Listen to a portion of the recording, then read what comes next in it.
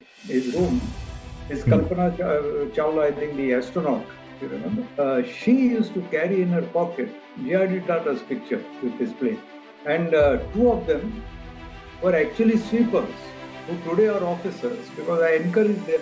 So Ratan Tata said in his speech that I'm glad you replicated Jay's room, J.R.D's room in Tata Central Archives, which is so perfectly done that the only missing thing in the archives is J.R.D. himself.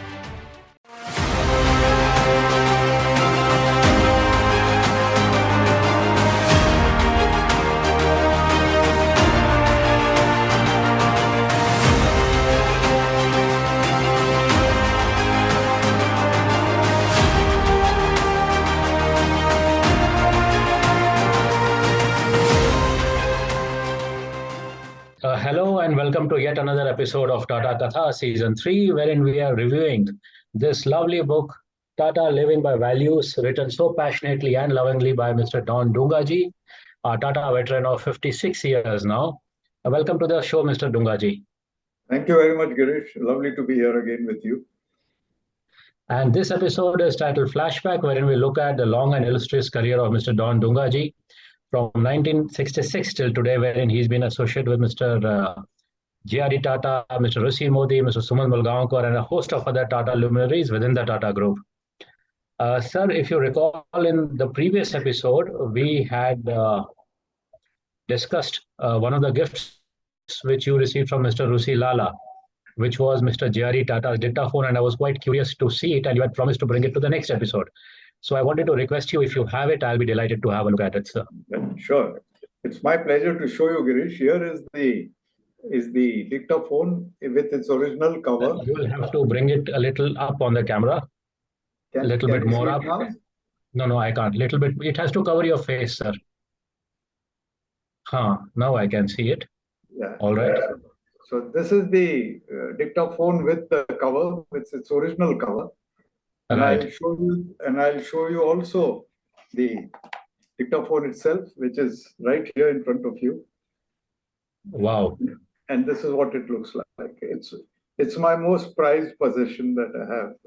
And this belonged to Mr. J.R.D. Tata. J.R.D. Tata gifted it to Rusi Lala on his birthday, Right. and Rusi Lala in turn gave it to me on my birthday. Amazing. Because he knew he knew I was very passionate and very keenly wanted something which Mr. Tata had used. I couldn't have asked for a better gift than this. Right. Sir, I also believe that you are now associated with the Tata Central Archives.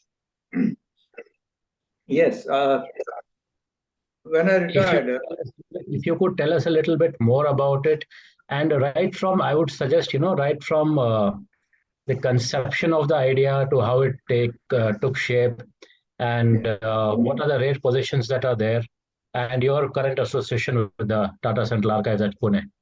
Well, Tata Central and Archives came to be thanks to Rusi Lala, who, when he was writing his book Creation of Wealth and other books, he wanted to do a lot of research on Tatas and wanted to refer to so many papers and events which he could capture in his book. So they were all scattered in all kinds of places. And when he sort of put it together, he suggested to Mr. J.R.D. Tata that we should have a Tata Central Archives many years ago. Tata Central Archives should be about 30 years now old, not in that building, but it is certainly about 3 decades old.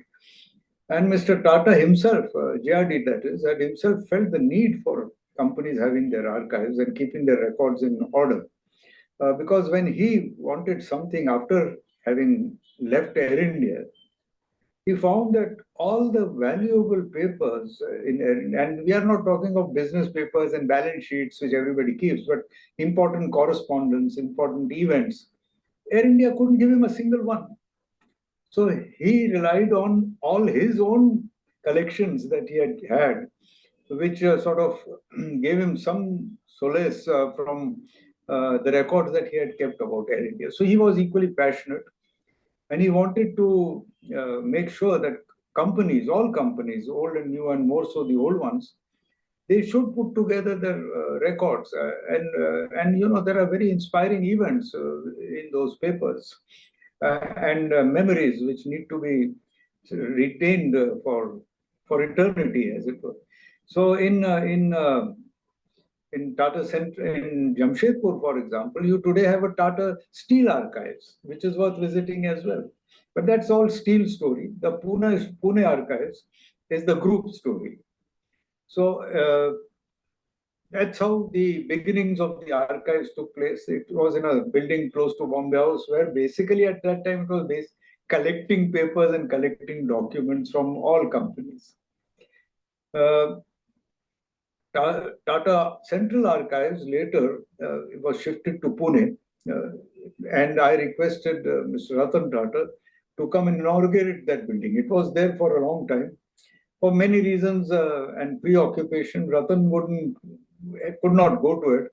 But one day I told him that this archives will remain only a building unless work is happening inside, but it won't be formally opened unless you come and inaugurate it. Because this is not only your family story, this is a story which belongs to India. And I would very humbly request you to. So he agreed, and one day in, I think, February 2011, he came and inaugurated the archives when I was managing director of Tata Services. Tata Services did not give me the challenges that I had uh, enjoyed facing earlier in the two companies, which were operating companies. Here it was more, raising the standard of service into the group companies. There was no worthwhile projections in the balance sheet because Tata Services is a cost center and you charge what you spend. So at the end of the year, it is neither profit nor loss. It's always a break-even situation.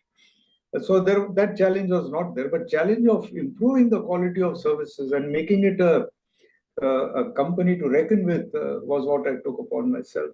And when I left, it had already acquired that status, not only because of what I did, but surely because of its exposure to the group executive office.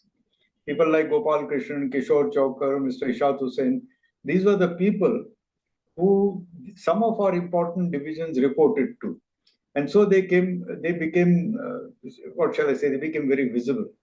And it acquired the status which I had planned it to acquire. But I personally didn't have a great challenge in running that company.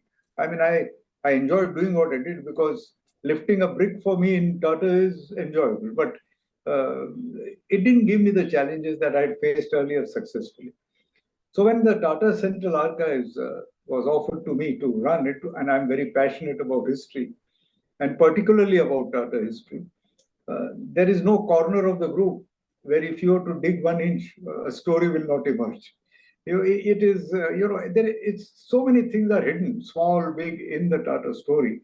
I'm sure even Rusilala, in spite of all that he wrote, and in spite of my book, and in spite of what Harish has written, Harish himself will tell you that there is far more unexplored than explored. So I took it upon myself very passionately because Tata was my passion and so was its history. So when Rusi Lala said, "How about taking over this unit?" and I then really gave it a different direction completely. I mean, it is today certainly the best business archives in India and one of the best, as acknowledged by a director of the British Museum, Mr. Neil McGregor. I had taken him to Pune, and he said, "I am envious of what you have achieved in this place." So it has really become, and it became like the museum I spoke about, the first archives to get an ISO certification in India.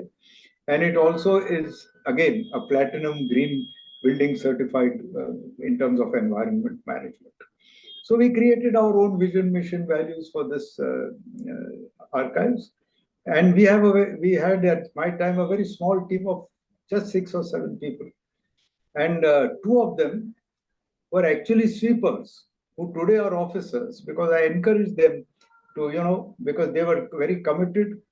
In an archive, incentive is not what you earn, and that has never been an incentive for me also.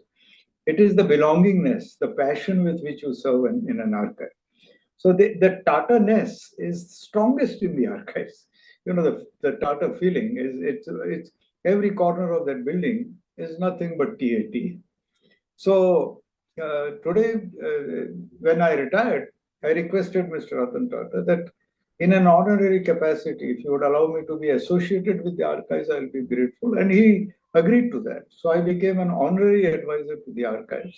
It's only last couple of years that I sort of felt that somebody else should do it. But even today, many people from the archives get in touch with me, or if I need something from the archives, it's never denied to me. In fact, I have acknowledged the photographs in the book from courtesy archives. And that's how my connection with the archives never ended. But the archives is a central focus of Tata culture. You know. It is the root. It describes the roots of the group, not in terms of information, in terms of its emotional charge that it has. Today, it has replicated to the last square inch in dimension the J.R.D. Tata office to which I used to visit.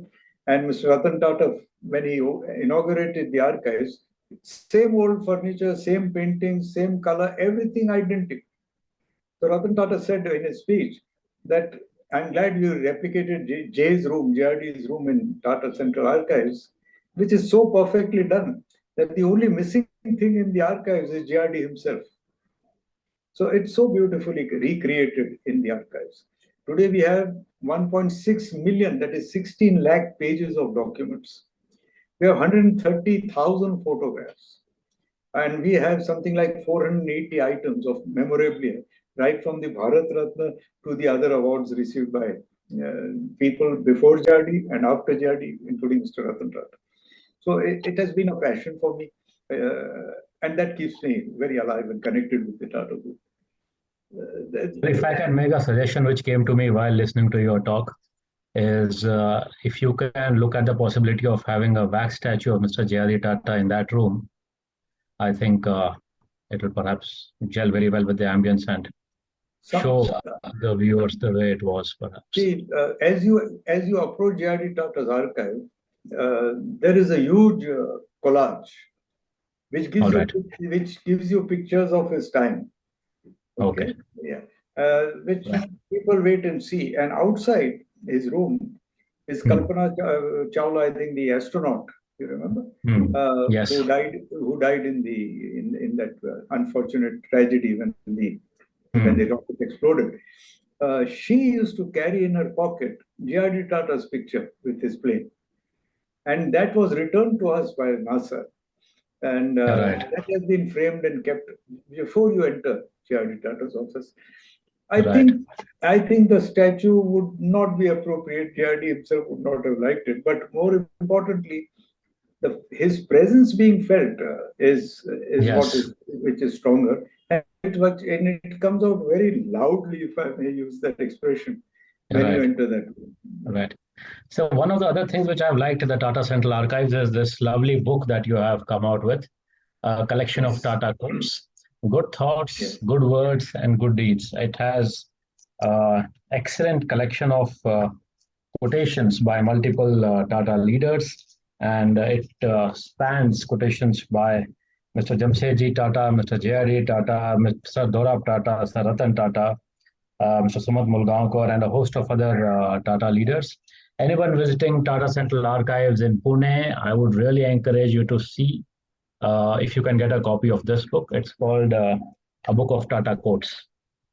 Sir, coming on to my next question is, when you look back at your long career of 56 years of association with the Tata Group, what have been the key joys in such a long career?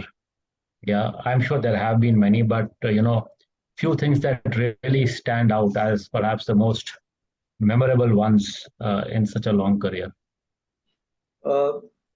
As you rightly said, there have been many, and I think my life itself has been a joy because I work for Tata. I couldn't have enjoyed a career or a life journey better than my years with the Tata Group.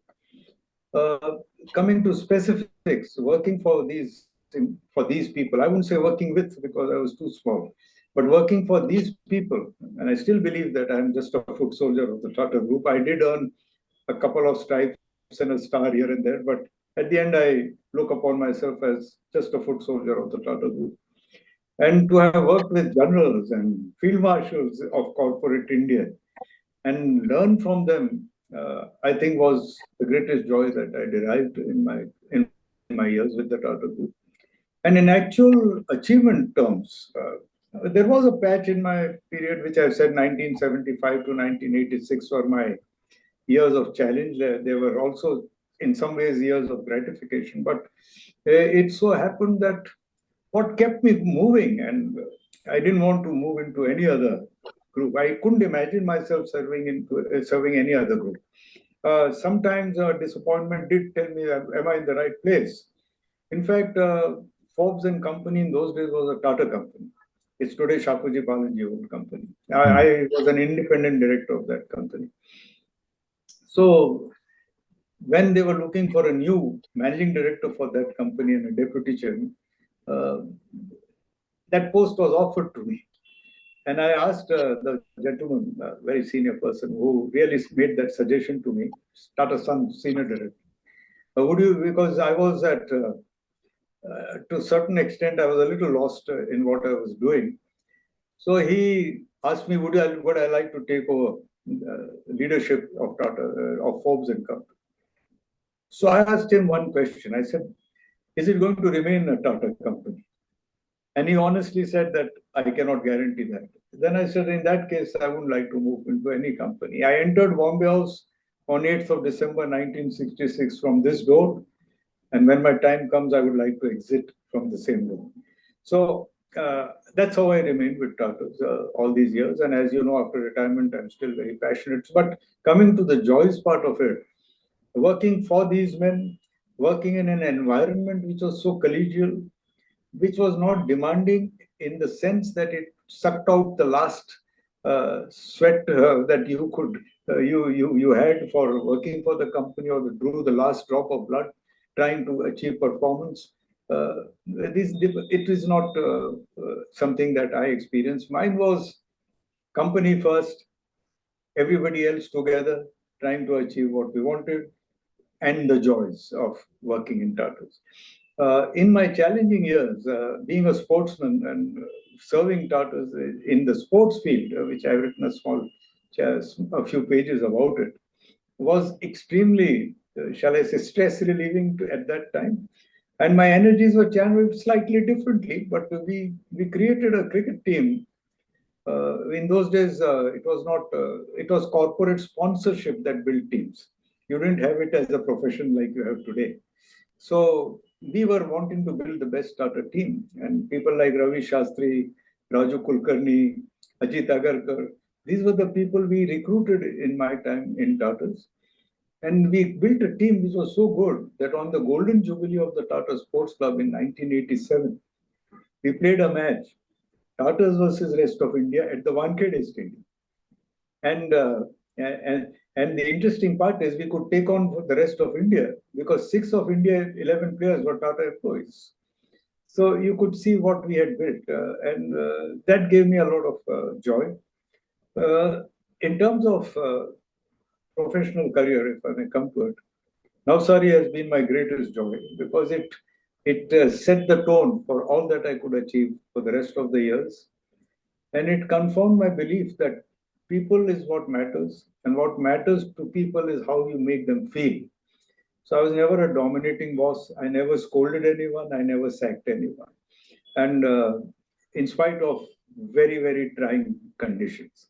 So we worked as a team, irrespective of who the leader was, because I could see the leader even in a mill operator. He could operate the mill far better than I could. And if I allowed him that leadership quality to remain with him, then he would be responsible for the quality of production, for the cost of production. So, Eko Ambosya, leadership is for sharing. So I saw leaders in everybody, and that's how we sort of succeeded. But Navsari was one of my greatest joys, and the second was turning around Tarapur. When the company wanted to sell it, people had come, and I had to take them around. But in my heart, I was saying, "What are we doing?"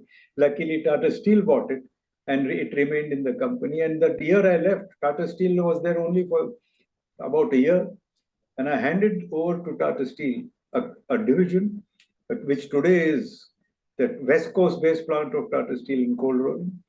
and I handed it over to them as a profitable unit, which where people wanted to sell it, lock it up, close the business. So I think these were two great, shall I say, fulfilling achievements for me, and I enjoyed them the most. Yes. Right, sir. Thank you so very much. In fact, when you were speaking about your association with the group and of the pleasure of working with these great people, as well as with working in a very congenial atmosphere, I recalled what Mr. Harish Bhatt had said when we shot with him in season two. He said, Girish, I believe it has been the privilege of a lifetime for me to work with the Tata. I could not have found a better employer, a better place to work in. And I think the Tata Group has really shaped my life, which is why I have also chosen to stay and work uh, with this remarkable group, which is much more than just a corporate business house. It is truly speaking an institution. he went on to narrate what on the lines of what you have spoken about. Answer one final question before we conclude our season 3 of Tata Katha, and that is that how does a man at a young age of 80 keep himself busy nowadays? That's an interesting question. On the physical side, if one may answer that question, I owe it to the genes of my parents. Uh, Both of them died in their mid or late 90s. So I inherited, by God's grace, their genes. I was always a sports person, so I worked out. I didn't work out in a gym as such, but I played badminton, cricket. So I was an active person. Luckily, nowadays we were not stuck to the mobile phone and play. So, outdoor was something which I enjoyed. I think I cycled to college and school almost 10 miles every day, up and down. So it made me fit. But more importantly, when you grow old, I think what kills you is no purpose. Luckily, I have a purpose, and I Right. and you see what happens when you compare vision with purpose. There are two things. When you become old, you stop visioning. You feel you have arrived because vision is only a destination. You just one milestone and another while you're young, and when you're old, you don't dream of much. Very few people dream at that age. So in my case, whereas purpose is a journey, it's not destinations, it's not stopping, it just continues. It's an endless journey till the inevitable has to happen. But luckily, I found my purpose in serving Tata in a different capacity. So my enthusiasm in doing what I do today, which once again I owe it to the Tata Group and my association with it, is what keeps me going. It's what keeps me energized. It's what keeps me alive, if I may say so. So, as I've said in the book, wrapped the past has embellished my present, and wrapped in it, I look forward to such years that remain with me with the same confidence that I have enjoyed in the past so many years. So that keeps me going. So I think purpose is very important for longevity. And God bless James. These two things, I think, drive me to what I do and achieving.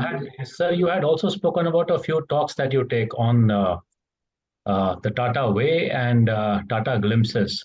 Yes. If you could just tell us a little bit about that, I think it'll be very interesting for viewers to know about it. Unfortunately, they are not on YouTube as such because the Tata Way is a program that I designed.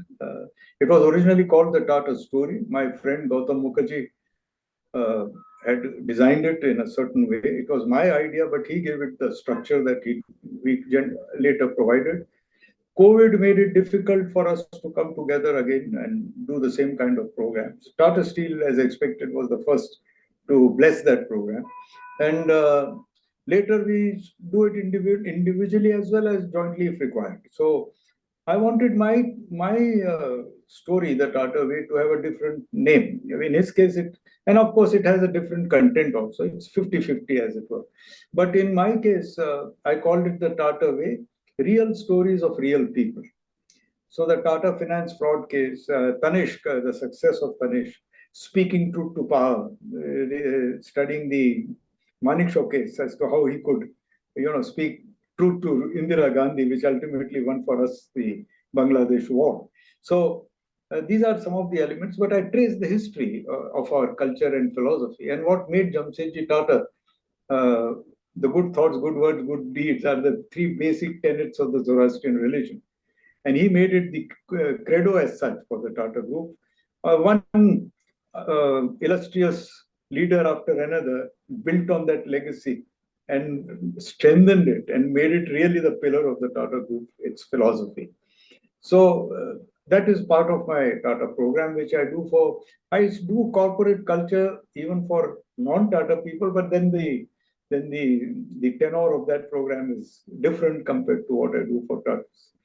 But Tata companies themselves are very, very responsive to that. And I do it for many people. Tata Steel, Tata Associated Companies, Tata Trust is looking at it now. Tata AIA, for example, one of my great patrons is Tata Projects. So many companies, Jamie Paul in Jamshedpur, an associate, Tata Metallics, again a Tata Steel associate. So it goes to various corners of the Tata Group. That's one program. Tata Glimpses is something I incidentally created. I mean, in those days, you had overhead projectors. So you had those transparencies put on, and then the light would show. And once I was doing it for Tata Honeywell in that manner, by which time the technology had had grown to a different level. Vinayak Deshpande, who was the MD at that time, he said, "Why don't you make it into a PowerPoint?" I didn't know what a PowerPoint was. So my executive assistant, Subramaniam, in Tata Services said, "So I'll do it for you." So that's how it got created. Then I learned how to change it, modify it, create it, and it has evolved over a period of time. So the one I'm doing in Jamshedpur on 19th, earlier, on 16th of this month, is really my 512th time that I'm doing that presentation. But the power is so strong of that presentation that I give credit to the lyrics, not the singer. I am just the reciter of that story. And every time I do it, I feel I'm doing it for the first time. My energy is not even, what shall I say, reduced by 1 decibel point when I speak about Tata Glimpses. So I've covered in India and abroad for Tata and non-Tata audiences, something like 35,000 people by now, just one presentation. And yes, it is very soul satisfying, if I may say so. Right, sir. Thank you very much. And also, thank you so very much, sir, for being with us for these 4 episodes. Thank you so very much for taking out time. And it has been a pleasure and a privilege listening to you. It has, as much as it had been a pleasure and privilege reading this book of yours, Tata Living by Values. And like I had said in the inaugural episode, it is very rarely that one finds chapters on ethics and governance, performance, generosity and fairness, gratitude, and gross company happiness. Values that you have cherished and values that have kept you going within the Tata Group. Thank you so very much, viewers, for being with us, for patronizing Tata Katha. And Mr. Dungaji, I'll be happy to have a few words from your side before we end the show. Thank you so very much. Thank you very much, Girish. It has been a privilege for me to be on this platform, to know you over the last few months since Manish Purohit introduced us to each other. And I really look forward to meeting you offline, as it were. As of now, I'm online. One thought that I may like to leave with the viewers is that celebrate life. In my case, Tata's made it possible for me to celebrate life. We get so tied up with ourselves, with competition, that you ruin your life many times. The fire in you has to burn so strongly that it burns you. But if you enjoy what you're doing and you're relishing every moment of your work, as it happened in my case, really made my life with Tata a celebration. So as an old man, although as you said, I'm not fully 80 yet, I'm getting there, but as a young old man, if I may share my one experience or feeling with my viewers, young and others, is that you need to have purpose. You need to identify what your purpose is. It's not easy, and I can speak on purpose for another half an hour, but it's not easy. But if you can find one, it would be a great thing to do. At the same time, pursuing that purpose with passion makes life and work most enjoyable. So, my advice is come what may, slow down, relax, and celebrate life. To my students, I used to give three messages at the end of my programs. That first is business has a larger purpose, ethics is paramount, and finally, learn to pause. And I used to give examples of all three to my students, and they still remember it. It was very heartening for me that I met one student in, I don't remember, I had so many students. And she came to me and she asked my daughter, is that Mr. Dungaji? Because that was 20 years earlier. And when she said yes, she came to me and she said, sir, do you remember what you taught us? Business has a larger purpose, ethics is paramount, and learn to pause. I do all three. I said, then it's worthwhile my associating with your institute. So celebrate the life. Don't take Right, it. sir. Right, sir. Thank you so very much. I really have no words to thank you enough. It has been a privilege and a pleasure having you on our show. Thank you, viewers, once again for your continued patronage. Special thanks to Saurabdeep Sarkar and Avinash from Banyan Tree for creating this lovely platform of Tata Katha under Banyan Tree, wherein we bring you these episodes. Until next time, signing off. Thank you so much.